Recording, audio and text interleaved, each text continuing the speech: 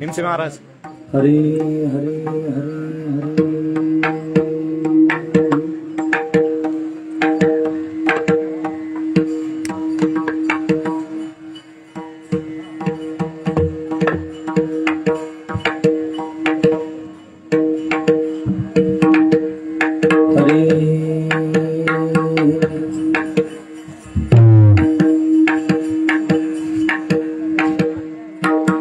राम कृष्ण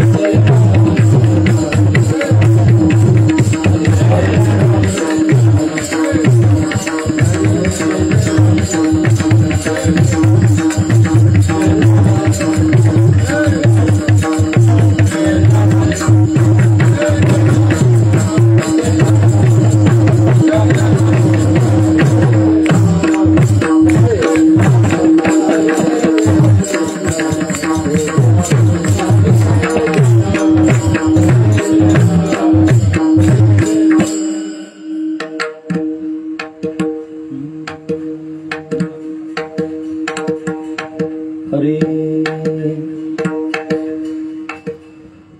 कृष्णाची सुखे भूक नाही दान कृष्णाची सुखे भूक नाही सदा समाधान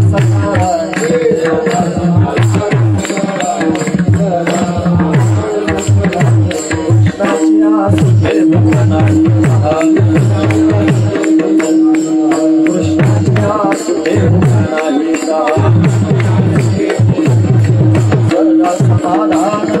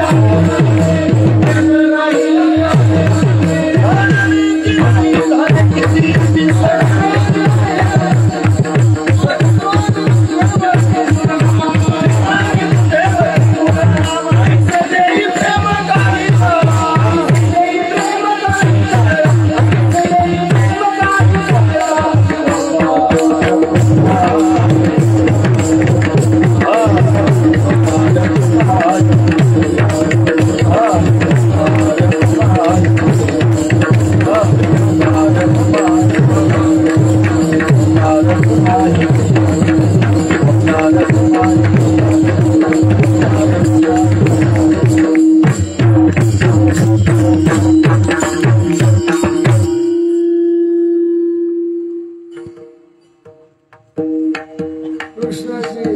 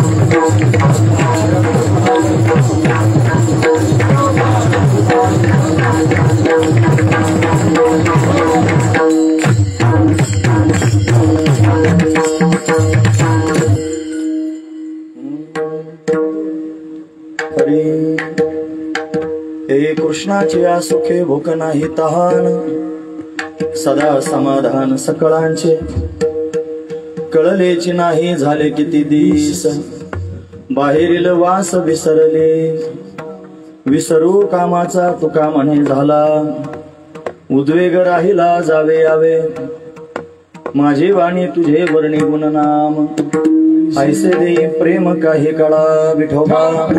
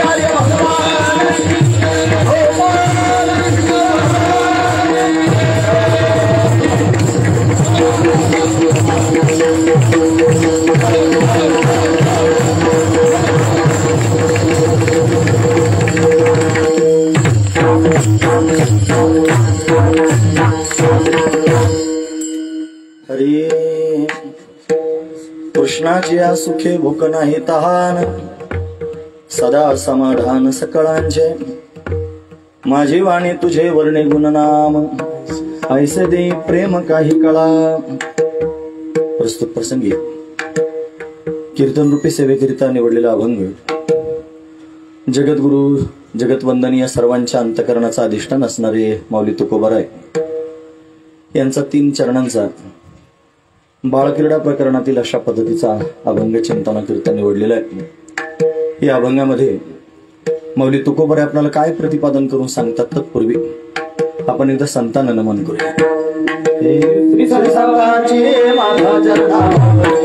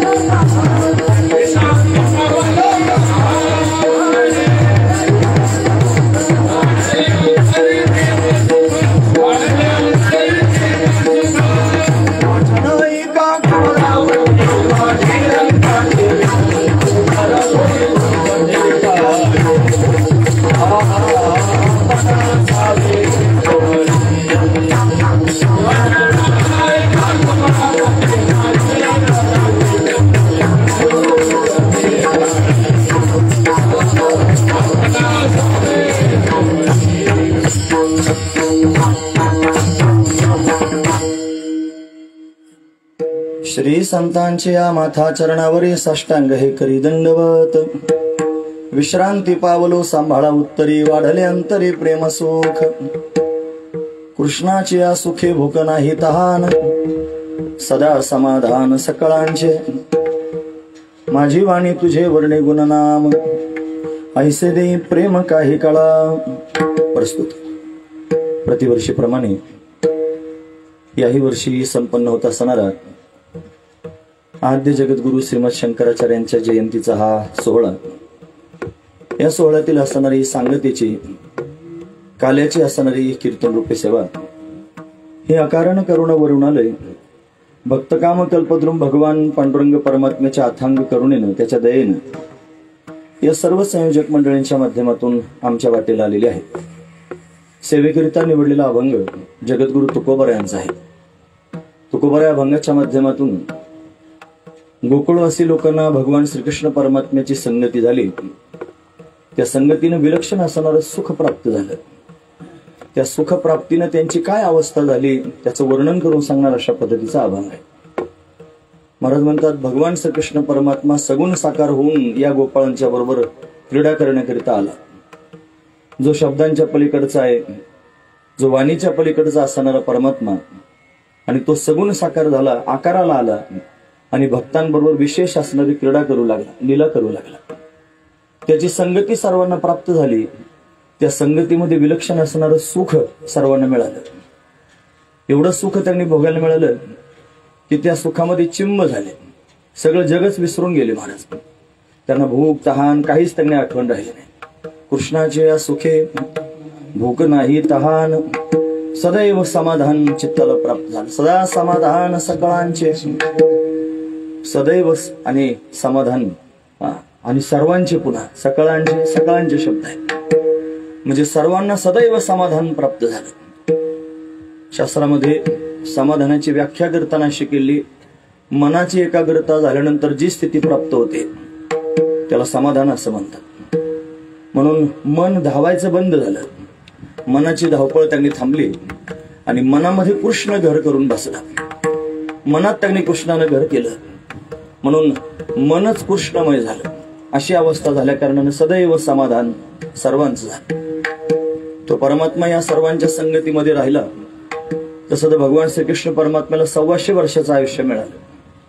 त्याच्यामध्ये 11 वर्ष आणि 56 दिवस भगवान व्रजभूमीत राहिला, 14 वर्ष भगवान मथुरेत राहिला आणि 100 वर्ष भगवान द्वारिकेत राहिला. म्हणून या सर्व गोप गोपींच्या संगतीमध्ये परमात्मा फक्त 11च वर्ष होता.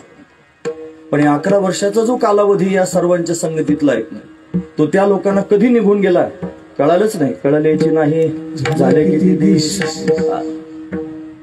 सगळं त्यांनी संसार विसरून गेले महाराज. सर्वस्व त्यांनी विसरलं, कृष्णमय झाले. कृष्णमय अवस्था त्यांनी प्राप्त झाली आणि या स्थितीमध्ये चिंब होऊन राहिले. सगळे व्यवहार अंतःकरणातून त्यांनी गळून पडले. प्रभू रामचंद्र 14 वर्ष वनवासाला गेले. म्हणतात 14 वर्षामध्ये अयोध्या नगरीमध्ये कोणत्याच प्रकारचा उत्कर्ष झाला नाही. एकही लेकरू जन्माला आलं नाही 14 वर्षात. कसलीच उन्नती नाही महाराज. का बरं? फक्त रामाचं चिंतनच घडत राहिलं, बाकी सगळ्या संसाराचा विसरच पडला. बाह्य लौकिक विषयांचा त्यांनी अशा पद्धतीने विसर पडला. अखंड रामाचं चिंतन. तसं गोकुळवासी लोकांच्या जीवनामध्ये कृष्णाचं सुख प्राप्त झालं आणि बाहेरचं सगळं जगच विसरून गेले. बाहेरील वास विसरली. बाहेरची वासना टाकणं वेगळं, बाहेरची वासना विसरणं वेगळं. महत्वाची गोष्ट आहे. म्हणून विसर पडला सर्व गोष्टींचा. काहीच मिळवण्याचं शिल्लक राहिलं नाही. कोणतीच अपेक्षा, कोणत्याच प्रकारची कामना अंतःकरणात शिल्लक राहिली नाही. नवे नवे कामनेचा त्यांनी महाराज सहजच त्याग झाला. विसर पडला. विसरू कामाचा तुका मने झाला.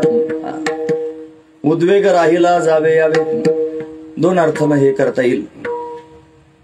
उद्वेग राहिला म्हणजे राहूनच गेला उद्वेग. कशाचा? जावे यावे. जन्म मरणाची परंपरा त्यांनी खंडितच झाली. जाणे येण्याचं काही कामच शिल्लक राहिलं नाही. हा अर्थ अभिप्रेत त्यांनी असू शकतो. किंवा सगळे काम करताना दिसत होते. काम करायचं म्हणल्यावर जावं लागतं कामावर, परत यावं लागतं. मग ते जाताना दिसत असतील, येताना दिसत असतील. दुडीवर दुडी त्यांनी घागर डोक्यावर घेऊन त्यांनी दही दूध तूप लोणी विकण्याकरिता मथुरेला जात असतील, परत येत असतील. या जाण्या येण्याचा उद्वेग त्यांनी होत असेल, पण फक्त उद्वेगच शिल्लक राहिला, त्यातला काम मात्र शिल्लक राहिला नाही. विकण्याकरिता जायचंय, त्याच्यातून उपलब्धी आपल्याला प्राप्त झाली पाहिजे, काहीतरी धन मिळालं पाहिजे, याचाही त्यांनी आठव राहिला नाही. आपुल्याचा विसर भोळा गोविंदू कळा कवतुके. गोविंदाचंच कौतुक त्यांनी आनंदानं करू लागल्या सगळ्या गोपिका. सगळ्या गोपाळांना दुसरा छंदच राहिला. एक विषय तो सकाळांचा हरी. सर्वांचा विषय एकच त्यांनी झाला, तो म्हणजे हरी. हरिमय त्यांनी जीवन सर्वांचं झालं. म्हणून कामाचा विसर पडला. विसरू कामाचा तुकामाने झाला. पण कामच जर शिल्लक नसेल तर त्यांनी जाण्या येण्याची प्रक्रिया तर फोल होऊन जाईल. म्हणून उद्वेग राहिला जावे यावे. 2 अंगाने आपण त्याचं चिंतन करू शकतो. म्हणून त्यांनी अशा पद्धतीने भगवंताचे हे गुणानुवाद आहेत, ते अतिशय दिव्य आहेत. ते चिंतन करण्यास त्यांनी योग्य आहेत. पण माझ्या मुखानं अखंड त्याचं चिंतन घडत राहू. माझी वाणी तुझे वर्णे गुणनाम ऐसे देई प्रेम काही कळा. हे भगवंता, असं प्रेम आणि मला त्यांनी अशा पद्धतीने प्राप्त करून दे, जेणेकरून मी तुझे गुणानुवाद अखंड त्यांनी गात राहील. असा अभंगाचा सरळ अर्थ पाहण्याचा आपण प्रयत्न केला. विठोबा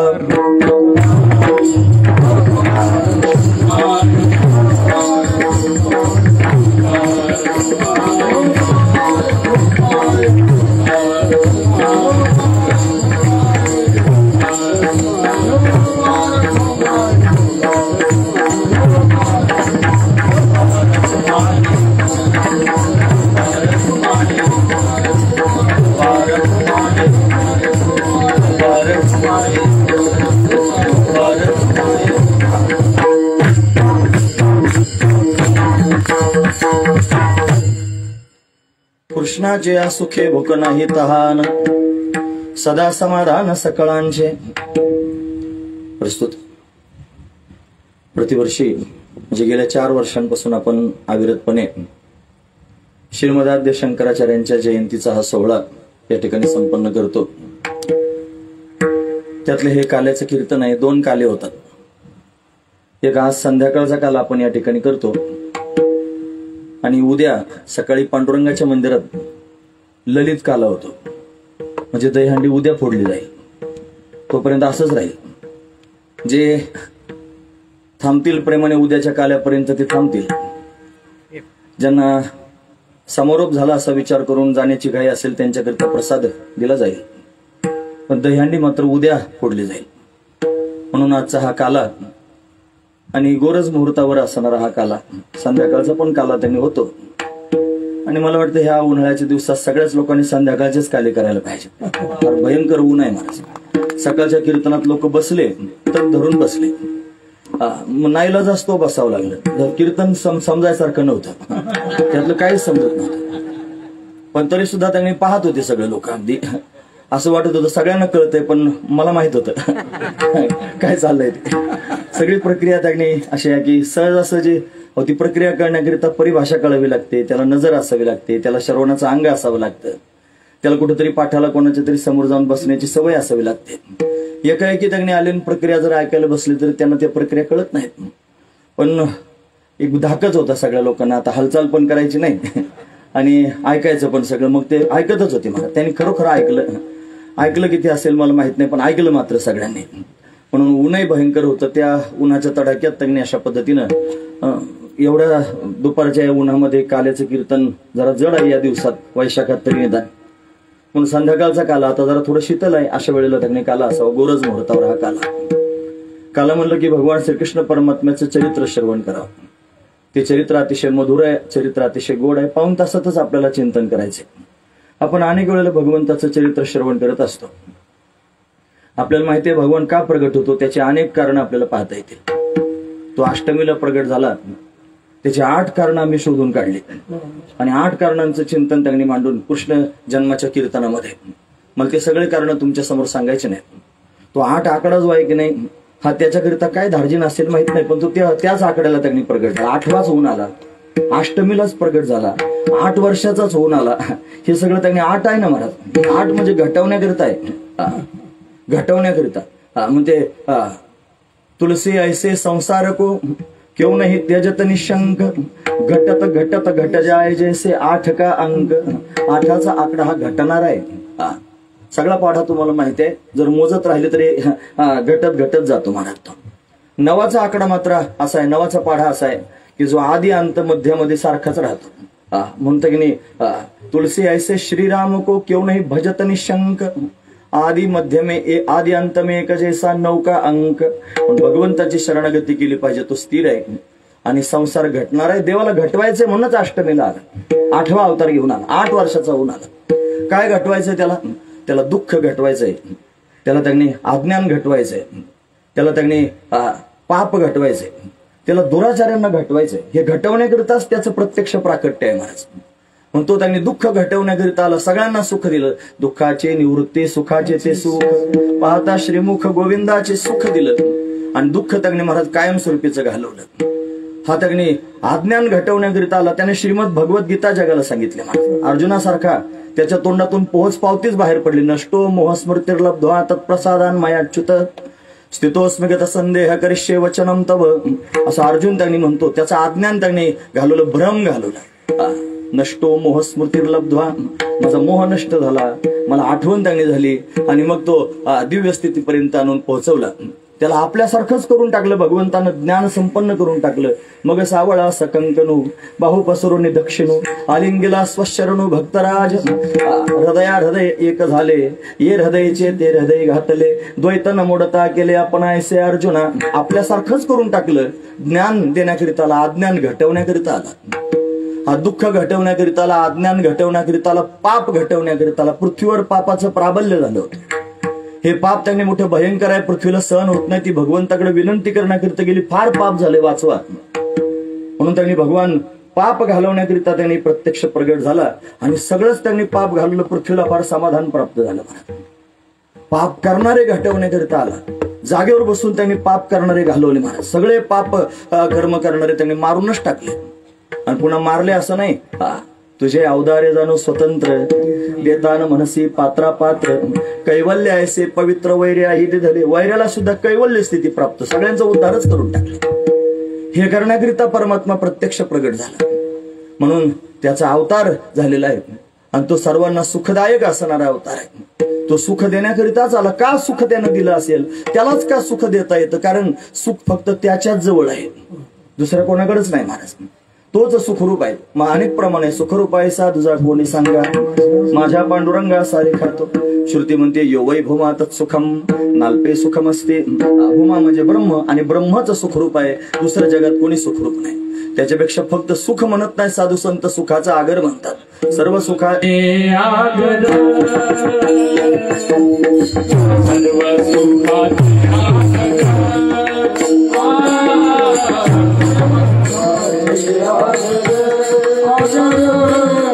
Hallelujah.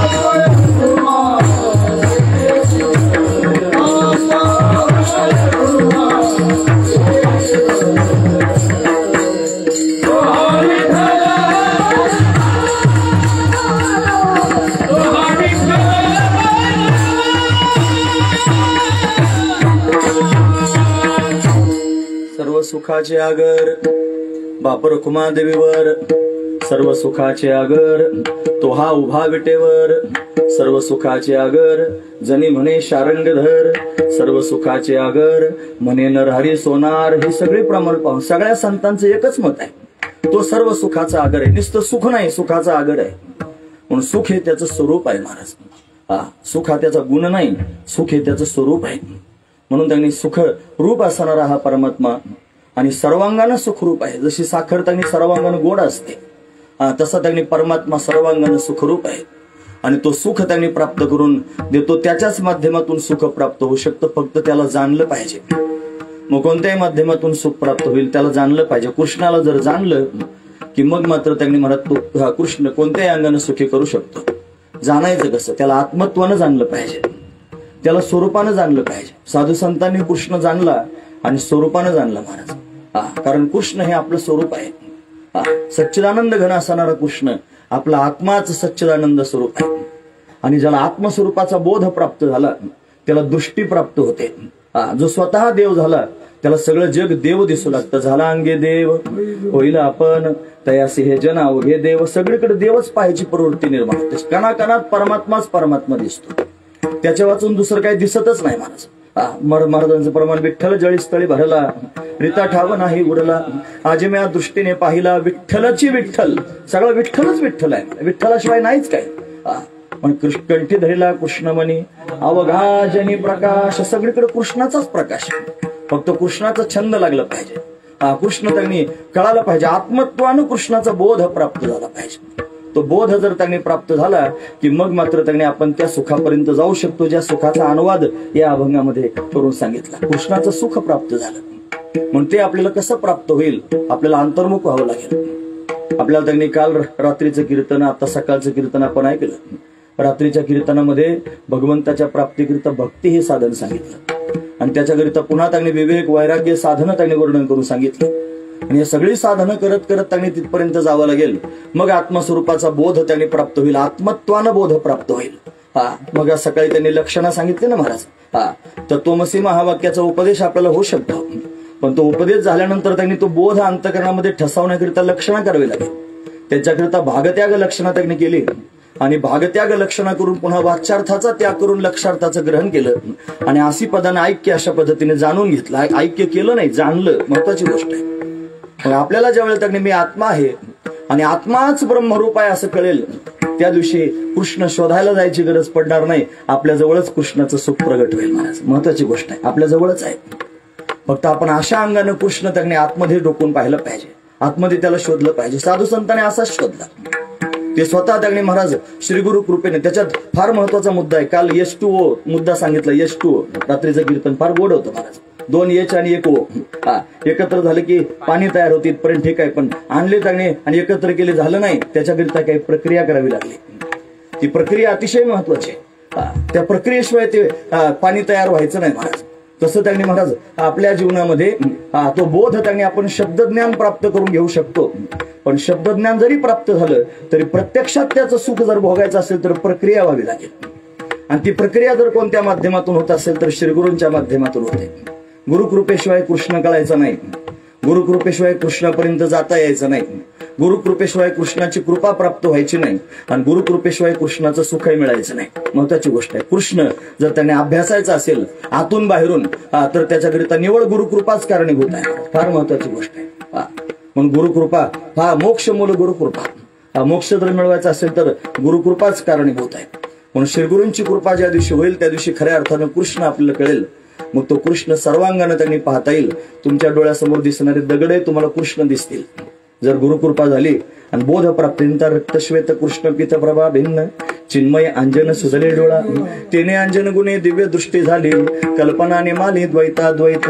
मग पुढचा ऐका, देश काल वस्तू भेद मावळला, आत्मा निर्वाळला विश्वाकार, न झाला प्रपंच आहे परब्रह्म, अहम सोहम ब्रह्मा कळले, तत्वमसी विद्या ब्रह्मानंदी सांग, तेची झाला अंग तुका आता. हे कृष्णाचं लक्षण आहे, महत्वाची गोष्ट आहे. कशामुळे प्राप्त झालं? ही विद्या प्राप्त झाली, ब्रह्मविद्या. आणि ब्रह्मविद्या त्यांनी श्री गुरु कृपेने प्राप्त झाली की मग कोणत्याही अंगाने त्यांनी परमात्माच परमात्मा दिसेल, महत्वाची गोष्ट आहे. मग त्यांना सगळीकडे परमात्मा दिसत होता. त्यांना दगडात परमात्मा दिसला, त्यांना मूर्तीत परमात्मा दिसला, त्यांना सगळ्यांमध्ये परमात्मा त्यांना दिसला. का बरं? त्यांना नजर प्राप्त झाली, त्यांना दृष्टी प्राप्त झाली.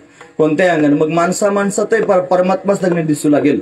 कणाकणात जर परमात्म्याचं वास्तव्य आहे, चराचरात जर परमात्म्याचं वास्तव्य आहे, तो जड चेतनात जर गच्च भरलेला आहे, तर तो कुठूनही आपल्याला त्यांनी सुख देऊ शकतो, महत्वाची गोष्ट आहे. मग वाढ धाकुटेन म्हणती, सजीव निर्जीव नेनती, देखील या वस्तू ते उजलुटी मीची म्हणून. याच्यात मोठा भाव आहे, सामान्य माणसाच्या बुद्धीला न पेलवणारा भाव आहे. जो कधी तिथे शिवलाच नाही त्याला त्यांनी हे सांगण्यात काय तात्पर्य आहे? ज्याला त्यांनी जड चेतनामध्ये परमात्माच परमात्मा गच्च भरलेला आहे अशी नजरच आली नाही, त्या माणसाला त्यांनी महाराज महापुरुषांची दृष्टी काय करणार आहे? त्याला काही समजत नाही. तो आपल्या अकलीचे तारे तोडीत राहतो. तो खरंच त्याचे तर्क लावित राहतो. आपली जेवढी क्षमता आहे, आपली जेवढी कॅपॅसिटी आहे, तेवढ्याच कॅपॅसिटीने तो त्यांच्याकडे पाहत राहतो. आणि ते मात्र त्यांच्या मस्तीमध्ये मस्त असतात, ते त्यांच्या महिमेमध्ये मस्त चिंब झालेले असतात. आणि सामान्य मनुष्य त्याला आपल्यासारखं पाहण्याचा प्रयत्न करतो. ते आपल्यासारखे नाही. तो दोन्ही दिसती सारखी, वर्म जाणे तो पारखी, तोच खरा पारखी त्याला जाणू शकतो महाराज. म्हणून सामान्य लोकांना हे कळत नाही. मग लोकांना सांगावं लागतं कृष्ण जन्माला आला, कृष्ण गोकुळात वाढला, कृष्णाने त्यांनी असं केलं, असं सांगावं लागतं लोकांना. मग हे झालं नाही का? झालंच ना महाराज, ते मला तिथंच जायचंय. पण फक्त तेवढ्यावरच जर राहिले तर मग मात्र उद्धारापर्यंत नाही जाता यायचं आणि कृष्णाचं खरं सुख प्राप्त व्हायचं नाही. ते कृष्ण सुख मिळवण्याकरिता डोळसपणानं गेलं पाहिजे. कृष्ण शब्दाचा अर्थच आकृष्ट करून घेणं असा होतो. कृष्ण कर्षती, ते कृष्ण हा जो सर्वांना आकृष्ट करून, आता सध्या सुद्धा आपल्या सर्वांना आकृष्ट करून घेणार तत्व कृष्णच आहे. महत्वाची गोष्ट आहे. आपण सहज ज्याच्या दिशेनं प्रवाहित होतो, सुखम सर्वाय रुच्यते, सर्वांनाच सुख आवडतं. कृष्ण हेच सुख आहे, महत्वाची गोष्ट आहे. तो कृष्ण सर्वांना त्यांनी वेधून घेणार आहे.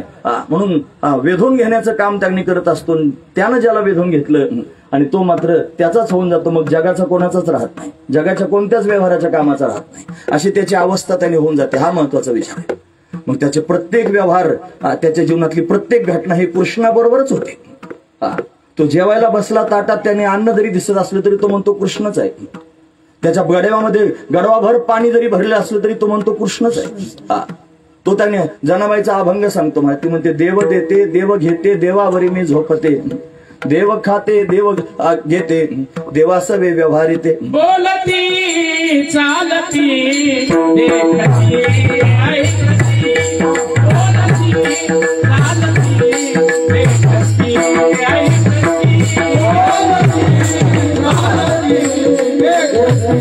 ऐकती,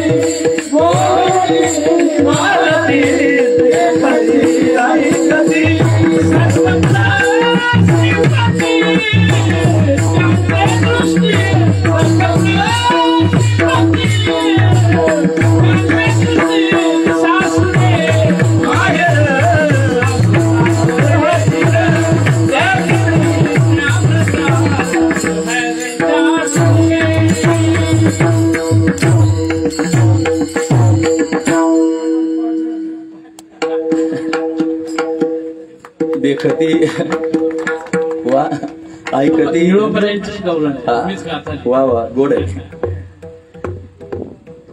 मागचे लोक विसरूनच गेले म्हणायचं सुद्धा, एवढी गोड आहे. महत्वाची गोष्ट आहे. देखती ऐकती, देखती बोलती चालती, देखती ऐकती, सर्वत्र श्रीपती ज्यांचे दृष्टी, सासुरे माहेर सासू सासरादी, देखती त्या भ्रतार हरीच्या रूपे. याचा अर्थ काय होतो? आपण कधी गेलो का या मुद्द्यावर? तुम्ही ऐकतात ना सर्वजण. माझा महत्वाचा मुद्दा किती गोड आहे ते चरण लक्षात ठेवा तुम्ही. ते त्यांचं पाहणं, त्यांचं बोलणं, त्यांचं ऐकणं, त्यांचं चालणं, त्यांचं खाणं, त्यांचं देणं, त्यांचं घेणं, हे सगळं कृष्णमयच झालेलं आहे. त्यांच्या त्यांनी सासू कृष्ण दिसते, सासरा कृष्ण दिसतो, देखते त्या भ्रतार नवरा त्यांना कृष्ण दिसतो. कृष्णा वाचून काही दिसतच नाही. फार महत्वाचा विचार आहे. तुम्ही ऐकतात ना? अरे हा मुद्दा जर आपल्याला कधी शिवलाच नाही, आपण त्याचा अनुवाद कसं करणार आहोत महाराज? महत्वाची गोष्ट आहे. जे तिथं जाऊन शिवले आपण त्यांच्या टांगड्या ओढायचं काम करू, हा महत्वाचा विचार आहे. जे त्याच्यात घुसलेले आहेत त्यांना दुसरं काही दिसतच नाही महाराज. तुमच्या दृष्टीनं माणसं दिसत असतील, त्यांना माणसांची नजरच राहिली नाही. त्यांना दिसणारी माणसं कृष्णमय दिसायला लागली. ही त्यांची अवस्था आहे. महत्वाची गोष्ट आहे. आपली योग्यता तिथपर्यंत पोहोचत नाही ना, हा महत्वाचा विचार. म्हणून त्या अवस्थेत गेले म्हणून तो कृष्ण कळाला, तो कृष्ण मिळाला, तो कृष्ण आत्मसात करता आला आणि त्या कृष्णाबरोबर क्रीडा करता आली म्हणून कृष्णाचं सुख प्राप्त झालं. फार महत्वाचा विचार आहे. असं नाही कृष्णाचं सुख प्राप्त व्हायचं, त्या कृष्णाच्या सुखानं सुखी झाले. तो कृष्ण सुख देण्याकरिता झाला. तो कळाला आणि कळाल्यानंतर असं वाटलं की तो त्यांनी भोगला पाहिजे, त्याचं सुख भोगता आलं पाहिजे. ज्ञानोबरांचा अभंग आहे मला, भोगण्याविषयीचा अभंग, देवाला भोगण्याविषयीचा अभंग सांगतो. ती म्हणतात, पती जन्मला माझे उदरी, मी झाले तयाची नोवरी, पतिव्रता धर्म पहावो माझा, सर्वा परिपती भोगी जे ओझ. अंडरलाईन करा त्याच्या खाली. ते म्हणतात, सर्वा परिपती भोगी जे ओझ, मी माझ्या पतीला भोगते. कसा आहे तुझा पती? म्हणे निर्गुण पती आवडे मज. तो निर्गुण आहे आणि मला फार आवडतो. मग काय केलं त्याला भोगण्याकरिता? आधी माय पाठी भाज झाली, आधी माय झाले नाम त्याला सगुण साकार करून डोळ्यासमोर उभं केलं आणि मग भाज झाले म्हणजे त्याची पत्नी झाले आणि मग त्याला भोगायला सुरुवात केली. म्हणून मी सामान्य नाही, मी माय राणी पतिव्रता शिरोमणी, ज्ञानदेव निरंजनी क्रीडा करी हो. निरंजन स्थिती आहे, त्या निरंजन स्थितीमध्ये त्यांनी जाऊन पोहोचले आणि क्रीडा करायला लागले. ती क्रीडा भावली म्हणून तर सुख प्राप्त झालं. महत्वाची गोष्ट आहे. म्हणून त्यांनी सुखाच्या व्यवहारे सुखलाभ झाला. व्यवहार सुखाबरोबरच झाला म्हणून त्यांनी लाभही सुखाचाच झाला. आनंद कोंदला मागे पुढे अशी अवस्था झाली. म्हणून सर्वत्व त्यांनी परमात्माच परमात्मा प्रतिती येऊ लागला आणि त्या दिव्य असणाऱ्या स्थितीमध्ये अवस्थेमध्ये जाऊन पोहोचले. आणि मग असं वाटायला लागलं की आता दुसरं काहीच नको, याच्याबरोबर क्रीडा केली पाहिजे, याच्याबरोबर त्यांनी लीला केली पाहिजे, त्याच्या लीलेमध्ये सहभागी होता आलं पाहिजे. म्हणून अट्टहास केलं, देवा जर तुला सगळं जग होता येतं, तुला पंचमहाभूत होता येतं, तुला त्याचं पंचीकरण करता येतं, तुला त्यांनी विश्वाच्या रूपाने प्रगट होता येतं, तुला अनेक 84 लाख योनी तयार करता येतात, तुला 4 खाणी तयार करता येतात, तुला जड चेतन सगळं त्यांनी विश्व निर्माण करता येतं, मग तुला माझ्याकरिता सगुण साकार होता येत नाही काय? तू माझ्याकरिता सगुण साकार होऊन ये, असा अट्टहास अंतकरणात केला. आणि तो अट्टहास करून त्यांनी भगवंताला आळवलं, भगवंताला त्यांनी रिझवलं. तोही प्रसन्न झाला महाराज. ईश्वर शक्ती आहे, या चराचराला चालवणारी शक्ती आहे आणि ती शक्ती आपल्या सगळ्यांकडे पाहते. आता सध्या सुद्धा आपण काय त्यांनी बोलतो आहोत, आपण काय ऐकतो आहोत, मनातली मनात काय आपला संवाद चालू आहे, या प्रत्येक गोष्टीचा साक्षीदार ईश्वर आहे महाराज. ईश्वर सर्वज्ञ आहे. मी तर मोठ्यानेच बोलतोय महाराज सगळ्यांच्या समोर. पण तुम्हाला काय वाटतं मी एकटाच बोलतो? अजिबात नाही, तुम्ही सगळे सुद्धा बोलता. फक्त तुमच्या मनातलं बोलणं मला ऐकू येत नाही का? मी सर्वज्ञ ईश्वर नाही म्हणून. महत्वाची गोष्ट आहे, ईश्वर सर्वज्ञ आहे, त्याला सगळ्यांच्या मनातलं त्यांनी कळतं. तुम्ही काय काय संवाद, तुमचे ओठ हलत नाहीत, दात हलत नाही, जीभ हलत नाही, तोंड हलत नाही, पण संवाद मात्र सगळ्यांच्या पोटात चालू आहे. काय चांगला वाईट चालू असेल मला माहित नाही, मला त्याचं माहित करून पण नाही घ्यायचं. महत्वाची गोष्ट आहे. काय तुम्ही काय संवाद करा, मला काय त्या संवादाशी कर्तव्य आहे? मला एकच गोष्ट कळते, सगळ्यांच्या पोटात संवाद चालू आहे आणि हा संवाद सुद्धा भगवंताला ऐकू येतो. तो सर्वज्ञ आहे, त्याला सगळं काय कळतं. म्हणून ज्या महापुरुषांच्या अंतकरणामध्ये हा भाव निर्माण झाला त्याला भोगायचंय. मग त्यांची भावना भगवंतानं जाणली आणि जाणून निमित्त करून आलं महाराज. पृथ्वीवर पापाचा भार झाला, कंसासारखे जरासंधासारखे जन्माला आले, फार त्रास देऊ लागले. पृथ्वीनं त्यांनी विनंती केली ब्रह्मदेवाकडे, ब्रह्मदेवानं भगवंताचं स्तवन केलं क्षीरसमुद्रात. देवानं सांगितलं देवकीच्या गर्भाली, देवकी कंसाची चुलत बहीण आहे, तिचा विवाह वसुदेवाबरोबर करून दिला. विवाहात विघ्न आले, हिच्याच पोटी आठवा येऊन तुला मारील. त्यानं देवकीलाच मारहाण करायला सुरुवात केली. वसुदेवानं हात धरला, बंदीखान्यात दोघांना नेऊन टाकले. यथाकाल 6 लेकरं झाले, कंसानं मारून टाकले आणि 7वा गर्भ त्यांनी आला. योगमायेनं पळवला. भाद्रपद शुद्ध षष्टीला त्यांनी बलराम प्रगट झाला. त्यानंतर अष्टम गर्भरूपानं परमात्मा प्रत्यक्ष प्रगट होणार आहे. आधी वसुदेवाच्या हृदयात भगवान प्रगट झाले, त्याच्यानंतर देवकीच्या हृदयात प्रविष्ट झाले. देवकीचं तेज वाढू लागलं. देवदेवतांनी गर्भस्तुती अशा पद्धतीने केली. 9 मास पूर्ण झाले. श्रावण महिना आला, वद्य पक्ष आला, अष्टमी तिथी आली, बुधवारचा दिवस आला, ग्रह नक्षत्र भगवंताला अनुकूल झाले, रात्रीचे 12 वाजले, लख प्रकाश कारागृहामध्ये पडला, त्या प्रकाशाने आकृती धारण केली, 8 वर्षाची चतुर्भुज असणारी मूर्ती वसुदेव देवकीच्या समोर भगवंतानं प्रगट केली आणि प्रगट केल्यानंतर दोघांचा संवाद झाला. देवाने सांगितलं, मी आलेलो आहे इथपर्यंत ठीक आहे, पण मी थांबणार नाही, मला जायचंय. नंदाच्या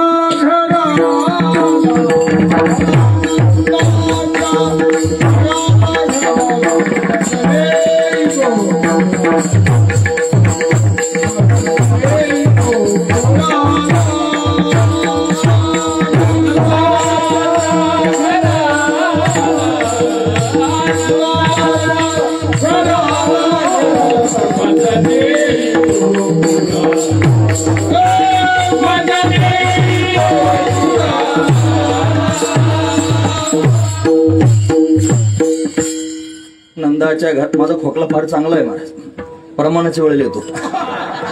बरोबर, त्याला सुद्धा कळतं कोणत्या वेळेला आलं पाहिजे. बरोबर प्रमाणाचा टाइम साधूनच आला. नंदाच्या घराला मजनी गोकुळाला काही गोष्टींबरोबर फार मैत्री केली महाराज. हा 10 वर्षापासून खोकला येतो मला, काय आजचा आहे का? बरेच माणसं सोडून गेले पण खोकला अजून गेला नाही.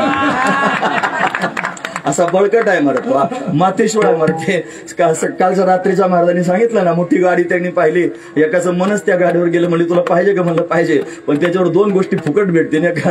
म्हणजे त्या मालकाला माथेश्वर आहे, बायकोला पोटशोळ आहे, या 2 गोष्टी फुकट घ्याव्या लागतील. तसं कायमस्वरूपीचा माथेश्वर कायम डोकं फन फन फन फन करतं, पण त्याच्याशी मैत्रीच करून घेतली, मला हे जाणारच नाही, आपल्या बरोबरच आहे कायमच.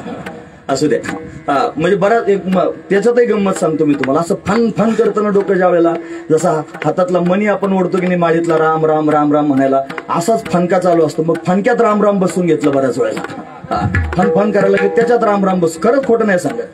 फनके मारायला लागले की त्याच्यातच भगवंताचं नाम बसून घ्यायचं, म्हणजे झंझटच मिटून जायची. महत्वाची असं खोकल्यावरून निघालं, जास्त खोकायचं नाही मला आता. म्हणून नंदाच्या घराला मजनी गोकुळाला, मला गोकुळाला त्यांनी घेऊन जा असं त्यांनी सांगितलं. म्हणजे कसं न्यायचं? भगवंतांनी 8 वर्षाची मूर्ती घेऊन आले होते. लीलाकारी आहे परमात्मा, त्यानं बालरूप धारण केलं. त्याच्यामध्ये कर्तुम अकर्तुम अन्यथा कर्तुम शक्य आहे. त्याला सगळं काय करता येतं, हा महत्वाचा विचार आहे. तो शुद्ध सच्चिदानंद घन असणारा ब्रह्मच आहे. पण ब्रह्म आहे तरी सुद्धा त्यानं पडदा घेतलेला आहे, पांघरून घेतलेला आहे, आणि ते मायेचं पांघरून घेतलं. त्याला सौपाधिक ब्रह्म असं म्हणावं, त्याला शबल ब्रह्म असं म्हणावं, त्याला ईश्वर असं म्हणावं. तो त्यांनी महाराज पांघरून घेऊन आलेला आहे. म्हणून सगळ्या गोष्टी तिच्या ठिकाणी आहेत. तिचा आणि त्याचा संबंध आहे, तो अनाधिकल्पित तादात्म्य संबंध आहे, आणि संबंधामुळे सर्व गोष्टी होतात. तुम्ही ऐकतात की नाही? सर्वजण महत्वाची गोष्ट आहे. आपल्या घरी फ्रीज आहे की नाही? फ्रीज आहे ना. फ्रीज मध्ये वस्तू ठेवल्यानंतर थंड होतात की नाही? थंड होतात. फ्रीज फार चांगलं असतं, त्याच्यात फ्रीजर असतं, फलानं असतं, या सगळ्या गोष्टी असतात. फ्रीज सगळ्या गोष्टीने चांगलं आहे. पण त्या फ्रीजला जर समजा वायरच नसली लावलेली पिन खोसण्याकरता, आणि फक्त फ्रीज घरी आणलं आणि तुम्ही ते घरामध्ये ठेवलं, सगळ्या वस्तू त्याच्यात नेऊन ठेवलं, थंड होतील का? नाही होणार. मग काय करावं लागेल बाळा? त्याला करंट लावावं लागेल, बरोबर आहे की नाही? करंट द्यावं. त्याला कळालं म्हणजे सगळ्यांना कळालं. खरंच असं कीर्तन सगळ्यांना कळालं पाहिजे. महत्वाची गोष्ट आहे. म्हणजे त्याला काय करावं लागणार? वायर जोडावी लागणार, त्याला पिन जोडावी लागणार, त्याच्यातून करंट त्याच्यापर्यंत द्यावं लागणार. मग खरं सांगा, आता करंट दिल्याबरोबर थंड होईल का नाही? करंट त्याला जोडला कशाला? फ्रीजला. फ्रीज चालू होईल ना? कशानं होईल? करंट दिल्यानं. मग करंट दिल्यानंतर फ्रीज चालू झालं, फ्रीज मधल्या वस्तू चालू झाल्यानंतर सगळे थंड होतील की नाही? फ्रीज चालू झालं ना, आता फ्रीज चालू झालं ना, मग थंड होईल की नाही? त्यातलं नाही होणार. मग वेळ लागेल, पण वेळ जरी लागला तरी होईल ना? होईल ना. मग कशामुळे झालं? लाईटमुळे झालं. मग लाईटमुळे जर होतं तर भांडे गोळा करून आणायचे, लाईटचा करंट द्यायचा, भांडे जमा करून ठेवायचे सगळे एका लाईनीत, 2-4 वायरी आणायच्या आणि द्यायच्या जोडून. त्याला होईल का थंड? नाही होणार. मग आधी काय म्हणले? करंट दिल्यामुळे थंड झालं. आणि आता करंट दिला तरी पण थंड होतंय का? आता भांड्यांमधलं नाही होत. मग करंटने थंड होतं का? नाही. आधी काय म्हणले? तुम्हाला नाही कळत का मी काय म्हणतो? फ्रीज आणि लाईट कोणी लागेल? आता कळतंय तुम्हाला मला? काय सांग, नुसतं फ्रीज आहे आणि फ्रीज मध्ये त्यांनी बॉटल नेऊन ठेवली थंड होण्याकरता. झाली का थंड? नाही. मग काय करावं लागलं तुम्हाला? वायर जोडून त्यात करंट सोडावं लागला. मग थंड झाली की नाही? मग कशामुळे झाली? करंट जोडल्यामुळे झाली. आता फ्रीजचा संबंध सोडून द्या, करंटमुळे झालं की नाही? मग करंटच भांड्याला जोडलं डायरेक्ट, थंड होईल का? का नाही होणार? करंट आणि फ्रीज दोन्ही. हा, काय काय लागणार आहे? करंट आणि फ्रीज दोन्ही पण लागणार आहे.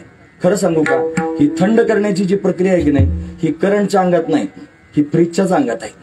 पण फ्रीजला अंगात येण्याकरिता करंटची गरज लागली. नाही कळालं का आता? महत्वाचा मुद्दा आहे मला. फ्रीज मध्ये सगळ्या क्षमता आहेत. क्षमता संपन्न कोण आहे? फ्रीज आहे.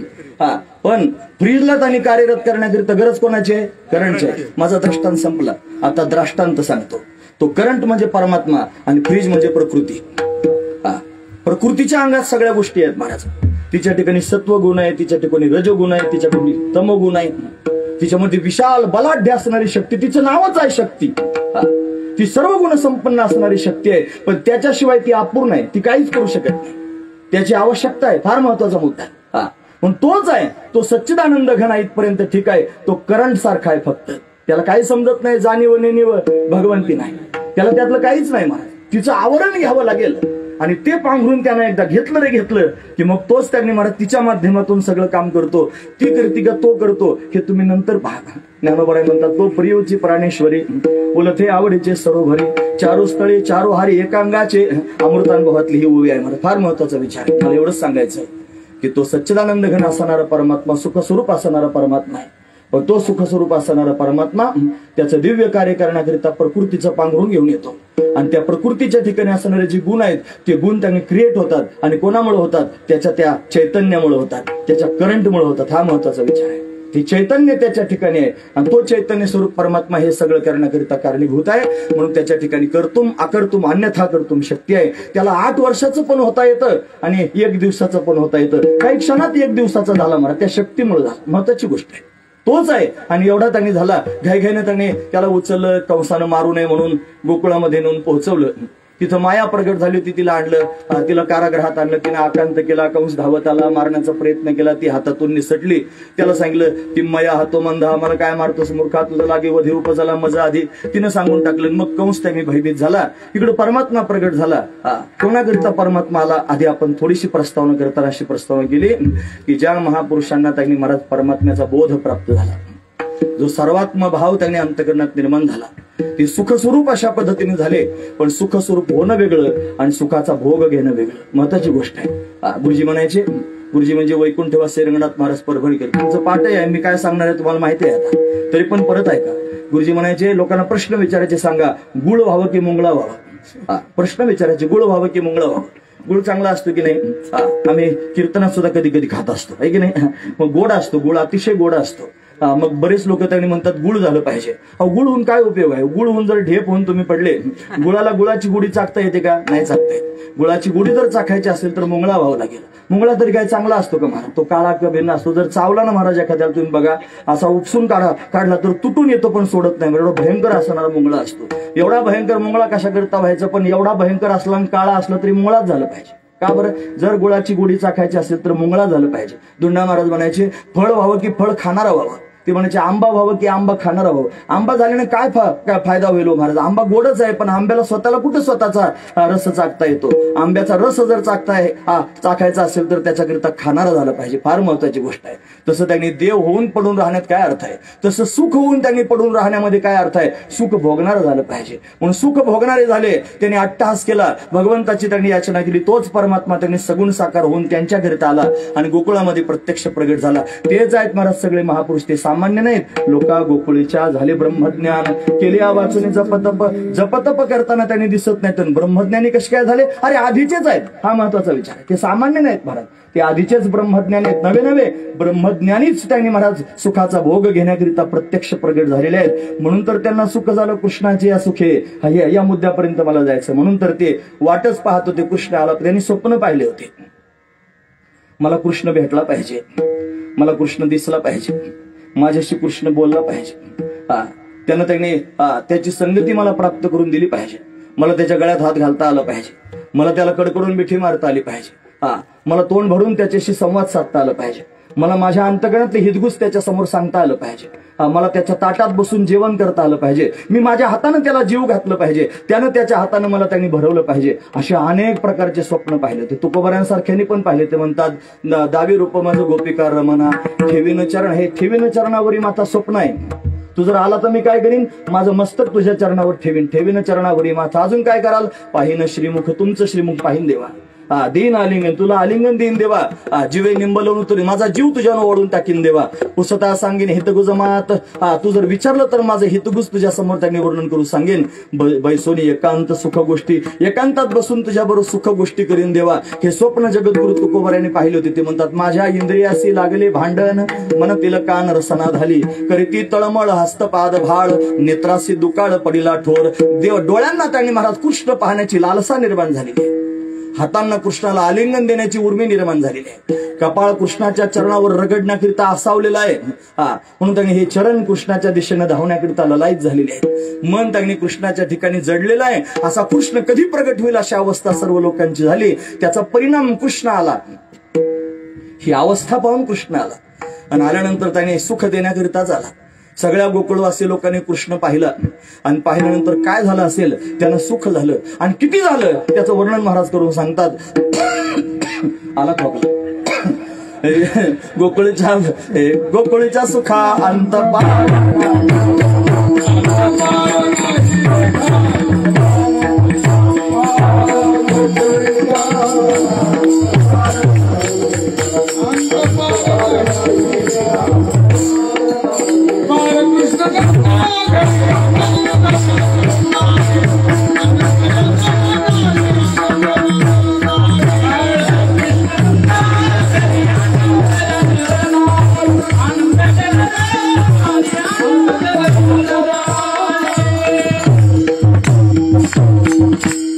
गोकुळीच्या सुखा गोकुळात देव आला.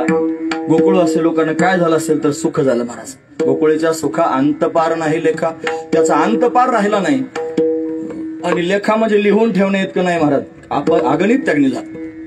लिहिण्याकरता कागद लागतो, लिहिण्याकरता पेन लागतो, शाई लागते, असं भगवंताचं वर्णन आहे. या धरित्रीची त्यांनी महाराज जर अशा पद्धतीने कागद केला आणि समुद्राची शाई करून जरी लिहायला सुरुवात केली तर सुद्धा भगवंताचे गुण त्याच्यामध्ये लिहिले जाणार नाहीत. म्हणून एवढं